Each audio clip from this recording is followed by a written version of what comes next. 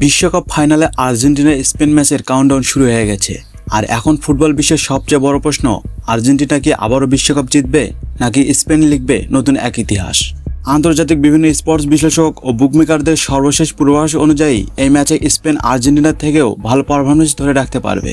তাদের জয় সম্ভাবনা ধরা হচ্ছে প্রায় ৫৫ থেকে ৬০%, আর আর্জেন্টিনার সম্ভাবনা ৪০ থেকে ৪৫%। এখন প্রশ্ন হলো, কেন স্পেনকে এগিয়ে রাখা হচ্ছে? এর কারণ জানতে গেলে বিশ্লেষকরা বলেন, পুরো টুর্নামেন্ট স্পেনের পারফরমেন্স ছিল অত্যন্ত ধারাবাহিক। তারা বলের দখল ধরে রেখে প্রতিপক্ষকে পুরো সময় নিয়ন্ত্রণ করেছে এবং আক্রমণ ও রক্ষণ দুই বিভাগেই ভারসাম্য দেখিয়েছে। তারা আরও বলেন, স্পেনের মিডফিল্ড বর্তমানে বিশ্বের অন্যতম শক্তিশালী। দ্রুত ছোট ছোট পাস, বলের নিয়ন্ত্রণ এবং সুযোগ তৈরি করার ক্ষমতা তাদের সবচেয়ে বড় অস্ত্র। ম্যাচের গতি নিয়ন্ত্রণ করার ক্ষেত্রে তারা অনেকটাই এগিয়ে।